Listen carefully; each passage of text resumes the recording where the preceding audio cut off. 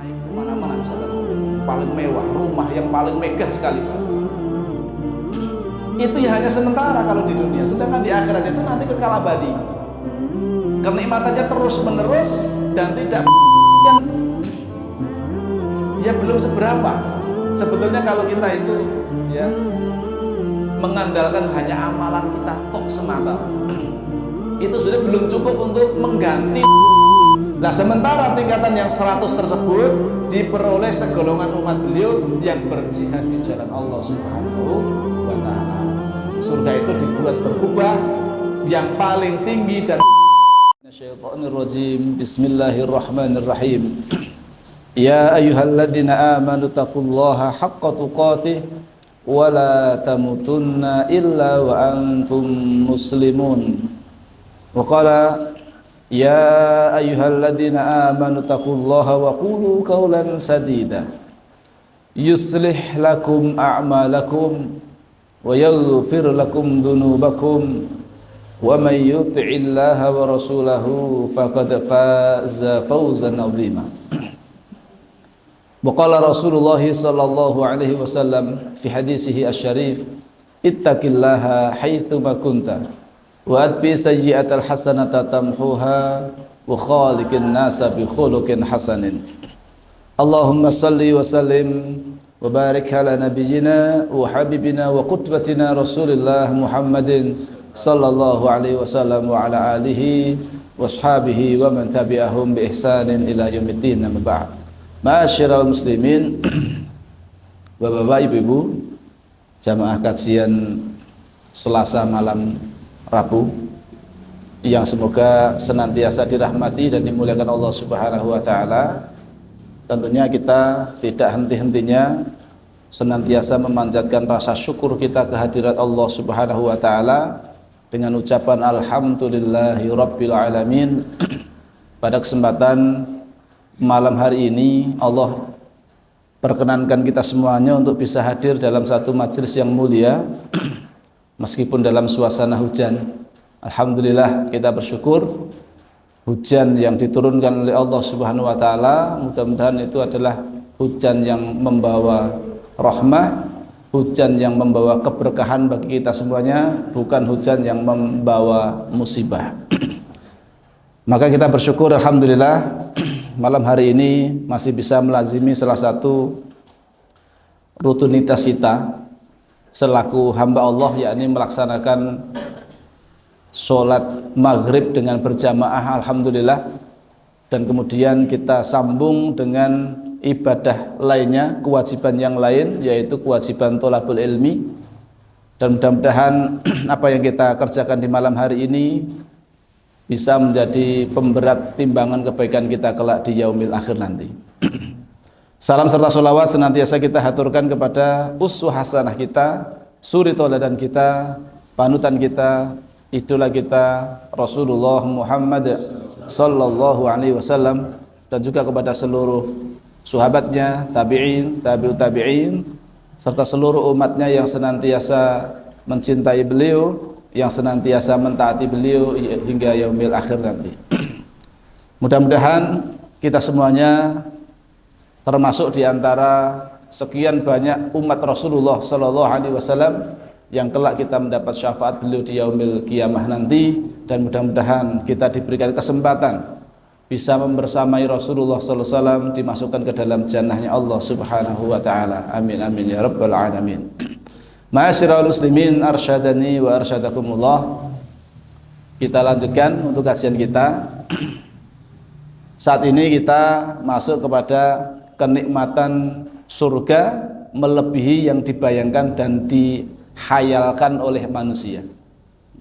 Kenikmatan surga itu melebihi dari apa yang dibayangkan oleh manusia maupun yang dihayalkan. Dengan berhayal senikmat-nikmatnya, dengan membayangkan seindah-indahnya kenikmatan apapun itu, maka tidak bisa ya menandingi yaitu kenikmatan yang sesungguhnya kelak di jannahnya Allah Subhanahu wa taala. Dan yang hadir di sini insya Allah ini rata-rata udah 40 tahun ke atas semua ini, rata-rata. Gitu. Lebih bahkan 50 ke atas, 60 ke atas. Alias usia segitu, Pak, untuk urusan kenikmatan dunia. Nikmati dunia itu apa? Ya kan? Insya Allah jenengan sudah merasakan semua, gitu ya. Insya Allah jenengan sudah merasakan semua. Apa yang nikmat di dunia ini yang belum jenengan rasakan? Makanan, saya yakin jenengan juga pernah makan makanan yang enak, gitu ya. Sate kambing, enak Pak ya? Enak. Pernah makan Pak ya? Pernah, alhamdulillah. Apalagi makanan durian, buah enak. Sudah pernah makan Pak? Sudah, alhamdulillah. Minuman jenengan apa? Minuman yang seger bagi jenengan? Es teh jumbo, es teh jumbo selangganan, gitu. Es teler, ya. Es nopo meleh, bahasa desa ngoten-ngoten niku, gitu. Ya nikmati dunia, jenengan sudah merasakan lah, ya. Jenengan insya Allah juga sudah pada menikah, sudah berkeluarga, ya. Nikmatnya berkeluarga dan segala macamnya diiringi dengan suka dukanya, semua sudah jenengan rasakan. Nikmatnya dunia ya seperti itulah, ya. Terbatas. Nikmat dunia itu tidak ada yang kekal. Nikmatnya dunia itu tidak ada yang abadi. Pasti akan mengalami yaitu penurunan, ya. Atau nikmatnya itu hanya sementara, tidak ada yang kekal. Berbeda halnya dengan kenikmatan besok di surga, gitu. Misalkan jenengan menikmati apa? Ya, makanan-makanan yang jenengan anggap paling nikmat di dunia, yang paling nikmat di dunia ini, buah-buahan yang paling nikmat di dunia ini, kendaraan yang paling enak jenengan naik kemana-mana, misalkan seperti itu, yang paling mewah, rumah yang paling megah sekalipun, ya. Itu ya hanya sementara kalau di dunia, sedangkan di akhirat itu nanti kekal abadi. Kenikmatannya terus menerus dan tidak pernah berkurang kenikmatan tersebut sedikit pun. Nikmatnya jenengan makanan itu, ya, ketika jenengan makan lagi, ya, itu terasanya sebagaimana seolah-olah jenengan baru makan yang pertama kali. Nikmat terus. Demikian ketika hubungan suami istri, ya, di jannah, itu terasanya kan nikmat terus dan, ya, seterusnya, ya. Alias itu kenikmatan yang kekal abadi itu di jannahnya Allah Subhanahu wa ta'ala. Kalau di dunia ini ya hanya sementara dan sifatnya terbatas sekali. Apapun itu, ya, jenengan punya kendaraan mewah, itu pun juga tidak bisa setiap hari jenengan naiki, ya. Jenengan naiki ketika jenengan butuh saja, ya. Kalau jenengan pas nggak butuh kan otomatis juga tidak dinaiki. Rumah yang bagus bisa jenengan nikmati, rumah yang bagus ketika jenengan di rumah. Coba kalau jenengan sudah di luar sana, ya, berangkat bekerja di luar, ya, otomatis rumah yang indah tadi pun ditinggalkan, ya, ya ditinggalkan. Alias tidak bisa kita nikmati setiap saat. Sedangkan di surga, masya Allah, kenikmatannya terus menerus, ya. Dan tidak ada yang bisa menandingi kenikmatan di surga, meskipun kita berkhayal dengan khayalan yang paling mentok, misalkan, ya, membayangkan sesuatu keindahan yang di surga itu nanti seperti apa, meskipun ada gambaran-gambaran dari Allah dan Rasulnya di dalam ayat Al-Quran maupun dalam hadis Nabi SAW yang menggambarkan keindahan surga, itu pada hakikatnya tidak bisa mewakili. Paling mentok bayangan-bayangan kita, mungkin barangkali yang kita bayangkan misalkan ada sungai kok Khomer, ya. Bayangan kita paling yang mentoknya pada Khomer yang ada di dunia ini kan, gitu. Kalau ada buah-buahan yang kita bayangkan ya buah-buahan yang pernah kita lihat di dunia ini. Padahal di hakikatnya, ya, di jannah itu sangat jauh berbeda dari yang kita bayangkan. Alias tidak ada yang bisa kita bayangkan, tidak bisa, belum bisa. Saking indahnya, saking nikmatnya yang Allah sediakan bagi orang-orang yang mau bertakwa kepada Allah Subhanahu wa ta'ala. Rasulullah SAW bersabda di dalam hadis qudsi, Allah Subhanahu wa ta'ala berfirman, a'dattu li ibadiyas salihin ma la 'ainun ra'at wa la udhunun sami'at wa la khatara 'ala qalbi basharin. Aku sediakan bagi para hambaku yang soleh Aku sediakan bagi hamba-hambaku yang soleh, ya mereka yang senantiasa taat kepada Allah Subhanahu wa taala. Apa yang disediakan oleh Allah? Kenikmatan yang belum pernah terlihat oleh mata. Mala ainun ra'at, kenikmatan yang belum pernah dilihat oleh mata. Wala udhunun sami'at, dan belum pernah terdengar oleh telinga. Wala khatara ala qalbi basyarin, dan belum pernah terbesit di dalam hati seseorang, hati manusia. Saking indahnya, saking nikmatnya. Tidak ada yang menyamainya. Hal itu juga sesuai dengan firman Allah Subhanahu wa taala di dalam surat As-Sajdah ayat 17. Allah berfirman, a'udzubillahi minasyaitonirrajim. Fala ta'lamu nafsum ma ukhfiya lahum min qurrati a'yunin jazaa'an bima kanu ya'malun. Tidak seorang pun yang mengetahui berbagai nikmat yang menanti. Tidak ada seorang pun di antara kita yang bisa mengetahui ya berbagai nikmat yang sudah menanti bagi orang-orang yang dimasukkan ke dalam jannahnya Allah Subhanahu wa taala. Yang indah dipandang sebagai balasan bagi mereka atas apa yang mereka kerjakan ketika dulu hidup di dunia. Alias segala yang Allah siapkan untuk akhirat nanti bagi orang-orang yang mau bertakwa kepada Allah Subhanahu wa taala, itu kita sampai belum bisa membayangkannya. Meskipun sudah ada gambaran-gambarannya, nanti rumahnya dilapisi dengan dindingnya dari emas dan perak ya, kemudian apa istilahnya makanannya, buah-buahannya segala macamnya, ada gambaran-gambaran itu, sungai-sungainya, tapi itu semuanya tidak bisa mewakili ya. Alias apa yang kita bayangkan mentok sesuai dengan imajinasi kita masing-masing ya. Dan pada hakikatnya yang di jannah itu jauh lebih indah, jauh lebih nikmat dari yang kita bayangkan di dunia. Akal kita ini tidak akan nyampe.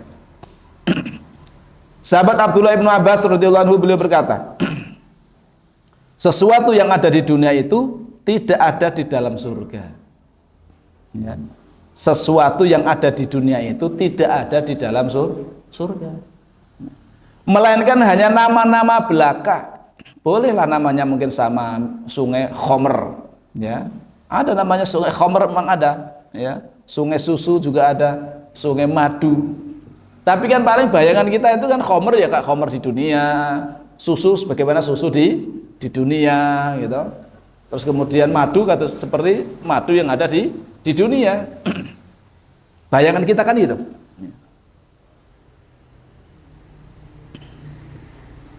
Karena madu di surga, kata beliau, tidaklah sama dengan madu di dunia.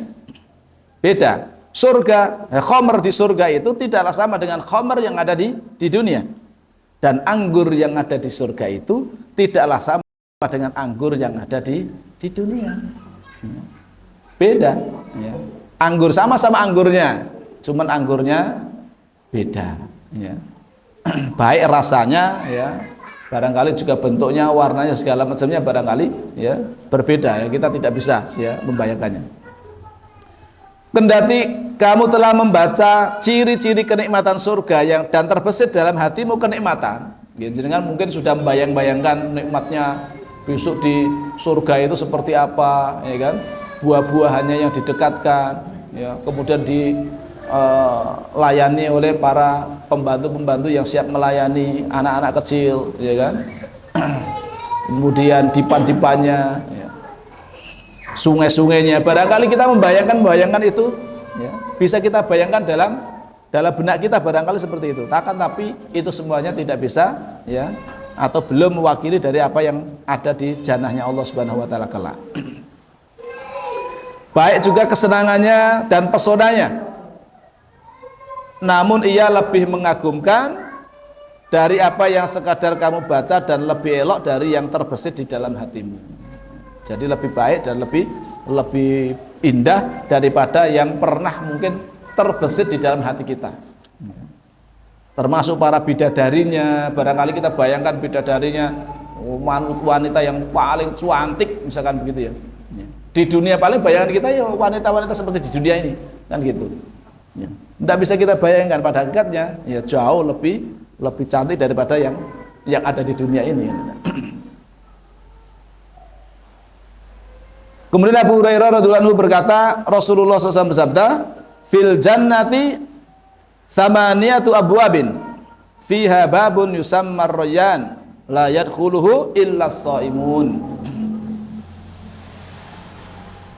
Di surga itu nanti, di surga itu terdapat 8 pintu. Di surga itu mempunyai 8 pintu. Fiha, di dalamnya terdapat pintu yang disebut dengan ar-rayyan.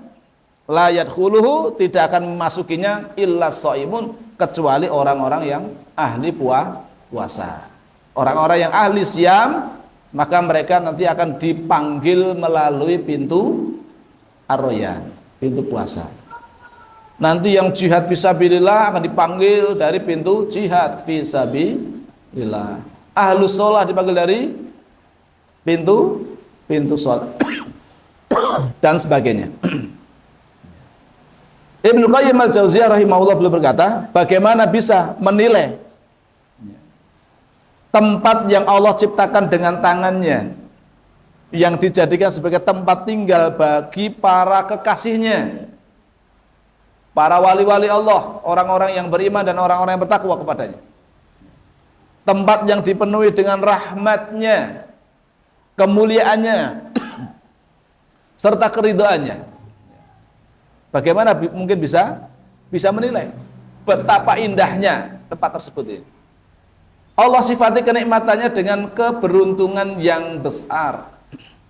Orang yang dimasukkan ke dalam jannah itu mendapatkan keberuntungan yang besar. Dia kuasakan dengan kekuasaan yang besar. Dia tinggalkan kebaikan dalam setiap sudutnya, dan dia Allah bersihkan dari setiap celah, bahaya dan kekurangan. Tidak ada celahnya sedikit pun. Tidak ada mara bahaya sedikit pun yang mengancam para penghuninya kelak. Kalau di dunia kan kadang-kadang ada ancamannya, Pak, terancam. Buat bangunan misalkan ya lantai tinggi misalkan gitu.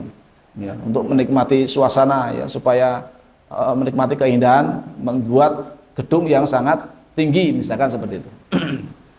Apakah nggak ada ancamannya? Ada ancamannya. Kalau kepleset jatuh mati. Ya. Terjun dari lantai berapa, jatuh ke bawah mati. Ada ancamannya. Sedangkan di surga itu nanti tidak ada sesuatu pun yang membahayakan, yang mengancam dirinya. Nggak usah khawatir, Pak. Nggak usah khawatir dengan kepleset jiblok nang kamar mandi tiba, nggak usah khawatir. Ya, aman. Ya. Aman, terjaga, terlindungi. Ya. Tidak ada celah sedikit pun. Itu di surga. Ya. Isinya kenikmatan dan nikmat terus. Ya. Dan itu kekal abadi. Ya. Tidak ada akhirnya.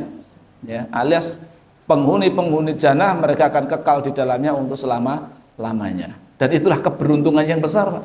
Makanya kalau di dunia itu kita barangkali rekoso sedikit untuk taat kepada Allah, ya berjuang sedikit untuk mencari ridhonya Allah Subhanahu wa taala, ya, dengan menghadiri sholat jamaah, dengan menghadiri majelis taklim, dengan berinfak, dengan sedekah, ya, dengan amal-amal soleh-soleh yang lainnya, ya.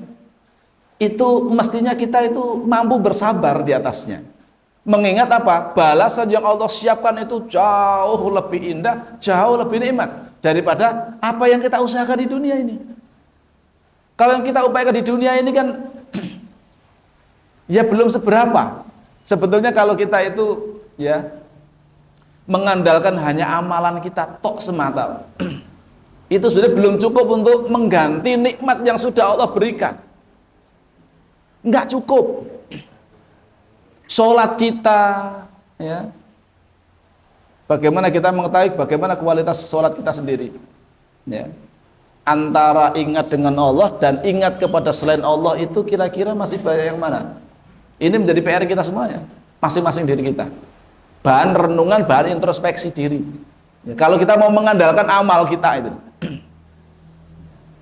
sedekah kita, puasa kita, ya, ngajinya kita dan seterusnya, qiyamul lailnya kita, Itu kalau digunakan untuk membayar nikmat yang sudah Allah berikan secara kontan di dunia ini, itu sebetulnya nggak cukup, Pak. Belum mencukupi. Dan itu pun manfaatnya juga kembali kepada diri kita. Manfaat dari ibadah-ibadah yang kita lakukan itu tadi, ketaatan kita kepada Allah itu kembalinya kepada diri kita. Bukan Allah Subhanahu wa taala. Allah nggak butuh sebetulnya. Tapi kitalah yang butuh. Ketika kita beribadah itu manfaatnya kembali pada diri kita. Kita sholat dengan khusyuk, misalkan, ya, sholatnya bisa khusyuk. Buahnya apa dari sholat yang khusyuk itu? Membuat hati tenang. Bukankah itu nikmat yang luar biasa? Hari ini orang pengen tenang, hidupnya susah, ya. Mau tidur susah, ya.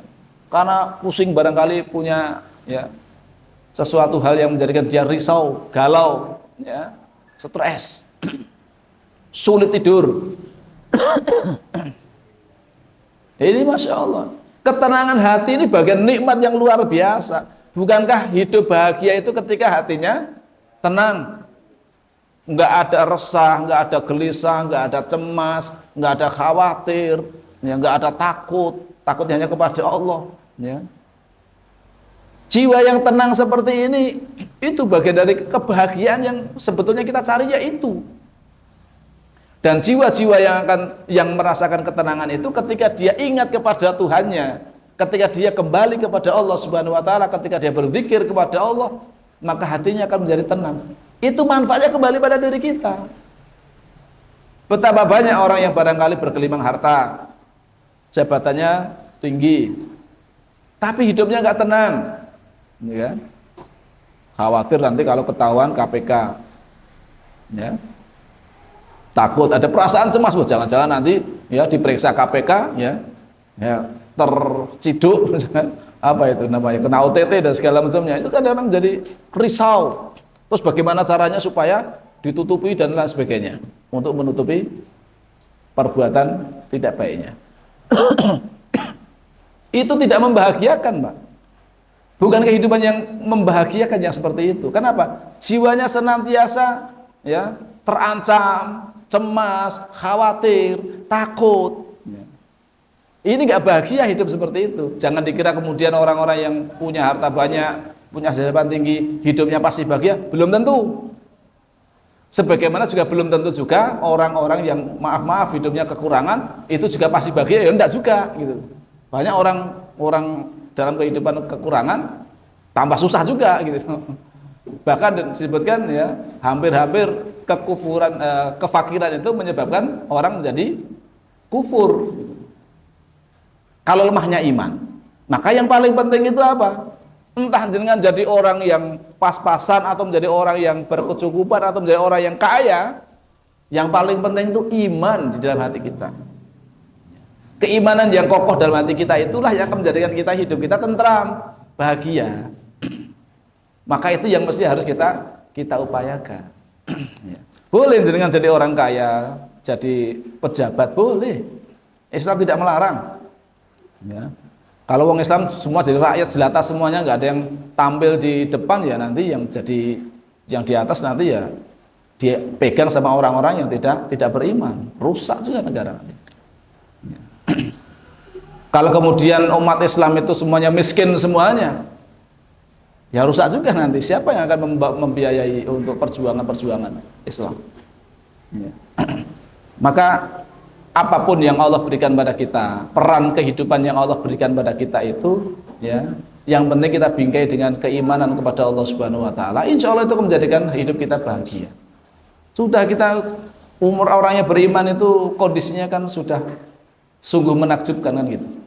Sungguh menakjubkan urusan orang yang beriman itu. Kalau dua-duanya ini ada pada diri kita, sudah hidup kita itu kan bahagia. Kalau mendapatkan kenikmatan, ya, jangan lupa bersyukur. Gunakan nikmat itu untuk ibadah ketaatan kepada Allah. Kalau misalkan mendapatkan musibah, ujian, kesempitan, ya, ya kita bersabar. Ya. Yang semuanya itu baik. Gitu. Mendapat nikmat syukur baik bagi orang yang beriman. Mendapat ujian, kesempitan, kesulitan, sabar juga baik. semuanya baik. Maka orang yang beriman itu tidak ada yang menyusahkan bagi orang yang beriman mestinya. Kalau imannya benar, kalau imannya kuat. Mengapa ada orang yang mengaku beriman tapi kok gampang stres? Saya yakin itu kadar imannya karena memang masih tipis. Ya. Sehingga gampang stres, mengharapkan sesuatu tidak kesampaian, ya, tidak tercapai, punya keinginan, tapi akhirnya tidak terwujud. Ya. Kalau nggak beriman, Pak, stres nggak seperti itu? Stres. Ya. Nyalon anggota dewan, sudah habis biaya banyak, nggak jadi. Nah, itu kalau nggak dipikir dengan iman, Pak, stres, stres. Ya. Wes kadung modale metu akeh ora dadi. Ya.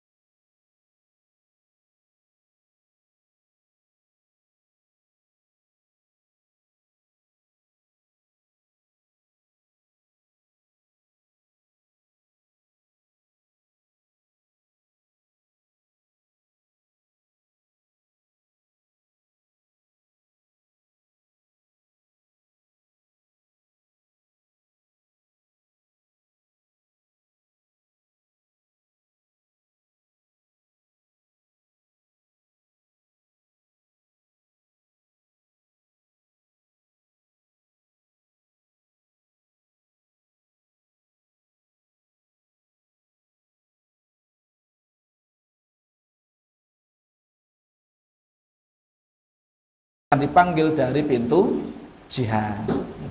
Kemudian Abu Bakar radhiyallahu anhu menanyakan, ini cerdas beliau.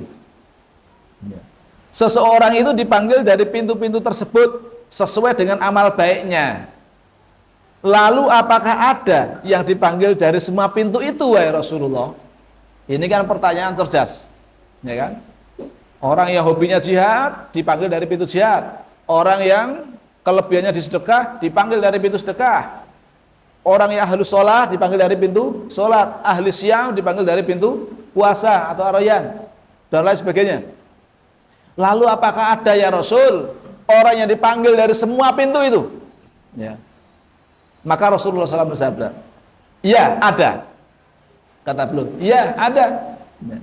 Dan aku berharap kamu termasuk kelompok itu, ya. Yaitu Abu Bakar As-Siddiq termasuk kelompok yang akan dipanggil dari semua pintu surga. Karena memang semua kebaikan-kebaikan itu Abu Bakar melakukan semua, Pak. Apa yang tidak, ya kan?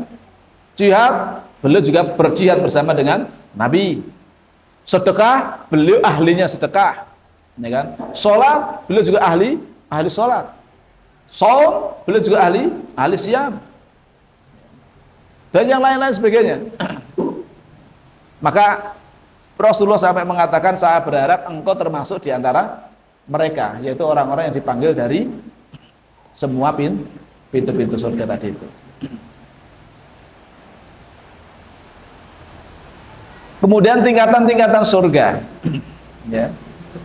Di dalam As-Sahihain disebutkan Rasulullah SAW bersabda, al-jannatu mi'atu darajatin, ma baina darajataini kama baina sama'i wal ardi. Surga itu mempunyai 100 tingkatan. Surga itu punya 100 tingkatan. Yang mana jarak antara satu tingkatan kepada tingkatan yang lainnya itu sama jaraknya seperti antara langit dan bumi. Bayangin, Pak. Terus seperti apa itu tingginya itu surga itu, masya Allah. Nikmatnya luar biasa. Ini menunjukkan tingkatan surga yang sangat tinggi. Padahal ada 100 tingkat.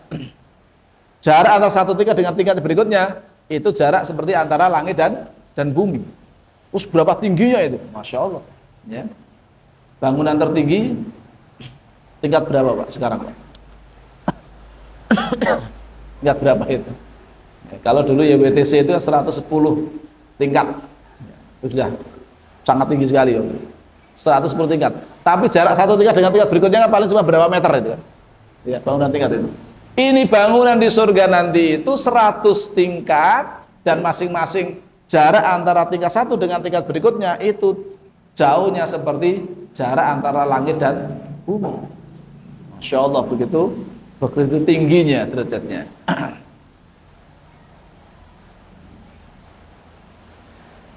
Inna fil jannati mi'ata darajatin ma baina darajataini kama baina sama'i wal ardi a'addahallahu lil mujahidina fi sabilih. Sesungguhnya surga itu mempunyai 100 tingkatan. Jarak antara tingkatan satu kepada tingkatan lainnya sama seperti jarak antara langit dan bumi yang Allah sediakan bagi orang-orang berjihad di jalan Allah Subhanahu wa ta'ala. Ini menjadi keutamaan bagi mereka orang-orang yang senantiasa ya mengorbankan hartanya, jiwa raganya untuk berjuang di jalan Allah Subhanahu wa ta'ala. Maka kemudian Syekhul Islam Ibnu Taimiyah lebih menguatkan teks ini, lebih memilih ya pada teks yang ini. Ia tidak menafikan bahwa tingkatan surga itu memang lebih banyak daripada itu. Hal ini sama dengan sabda beliau di dalam hadis yang sahih, inna lillahi tis'atan wa tis'ina isman man ahsaha dakhalal jannah. Allah memiliki 99 nama, barang siapa yang menghafalnya atau menjaganya, maka ia akan masuk surga. Artinya apa? Di antara jumlah global asma-asma Allah ialah jumlah yang ditunjukkan di dalam hadis di atas, yaitu 99 nama tadi itu. Karena itu, pembahasan dua hadis sebelumnya berada dalam satu konteks yang sama. Konteksnya sama dengan ini. Kebenaran masalah ini didasarkan pada sebuah keterangan yang menyebutkan bahwa kedudukan Nabi Sallallahu Alaihi Wasallam di dalam surga itu ada di atas semua ini dalam hal tingkatan. Ya. Tidak ada tingkatan yang lebih tinggi dari tingkatan yang dimiliki oleh Rasulullah Muhammad sallallahu alaihi wasallam. Nah, sementara tingkatan yang 100 tersebut diperoleh segolongan umat beliau yang berjihad di jalan Allah Subhanahu wa taala. Surga itu dibuat berkubah, yang paling tinggi dan paling pertengahannya adalah surga Firdaus, yang atapnya adalah langsung arsy-Nya Allah Subhanahu wa taala. Ya, sebagaimana yang sabda beliau ya. Ini hadis yang terakhir kita sampaikan. Fa idza sa'altumullah fas'aluhul firdaus fa innahu awsatul jannah wa a'lal jannah fawqahu arsyur rahman wa minhu tafajjaru anharul jannah. Maka jika kamu itu meminta sesuatu dari Allah, nek jenengan itu minta sesuatu, padha-padha njaluk surgane, sama-sama minta surga, mintalah surga Firdaus. Karena ia adalah surga yang paling utama dan yang paling tinggi. Dan di atasnya surga Firdaus itu adalah langsung arsy-Nya Allah Subhanahu wa taala. Serta darinya ya, terpancar atau mengalir sungai-sungai di dalam surga. Insyaallah.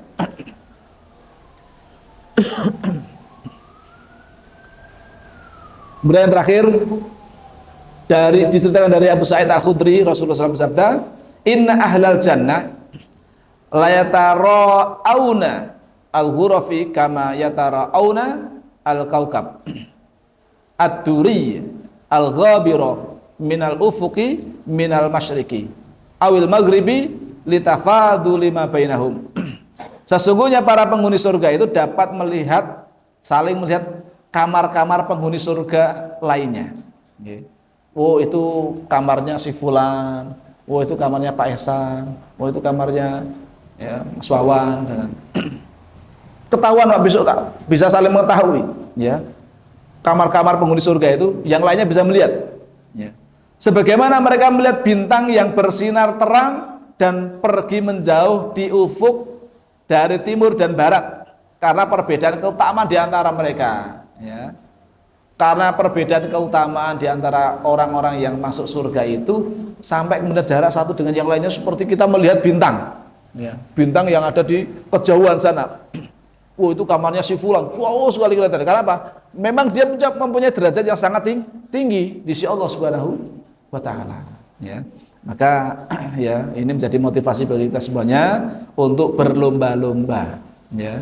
Tidak hanya sekedar kita masuk ke dalam surga ya, akan tapi sebisa mungkin kita juga berlomba-lomba untuk bisa menempati derajat yang sangat tinggi kelak di sisi Allah Subhanahu wa taala. Dan mudah-mudahan ya, apa yang kita sampaikan ini tadi menjadi penyemangat bagi kita semuanya dan bisa menjadikan kita itu semakin condong pada kehidupan akhirat dan menganggap kehidupan dunia itu ya betul-betul memang hanya semu dan hanya sementara, kenikmatannya pun tidak kekal abadi, bahkan kenikmatannya itu pun juga dikatakan oleh Allah kenikmatan yang sedikit, bahkan dikatakan mataun ghurur, yaitu kenikmatan yang menipu. Oleh karena itu fokus kita adalah bagaimana kita meraih kejayaan, kebahagiaan besok di akhirat dengan meraih jannahnya Allah Subhanahu wa taala, tentunya melalui amal-amal soleh yang kita kerjakan di dunia ini. Barangkali itu yang bisa kami sampaikan, kurang lebihnya mohon maaf. Banyak kekhilafan, kekurangan datang dari pribadi saya sendiri, ada benarnya datang dari Allah Subhanahu wa taala. Semoga kita senantiasa diberikan keistiqomahan di atas keimanan kita, istiqomah di dalam beribadah kepadanya hingga akhir hayat kita nanti masing-masing, dan mudah-mudahan kita kelak diwafatkan dalam keadaan husnul khatimah, dan mudah-mudahan kita semuanya kelak dikumpulkan bersama-sama di jannahnya Allah Subhanahu wa taala. Amin amin ya rabbal alamin. Wa akhiru da'wana alhamdulillahirabbil alamin. Subhanakallahumma wa bihamdika asyhadu an la ilaha illa anta astaghfiruka wa atubu ilaik. Assalamualaikum warahmatullahi wabarakatuh.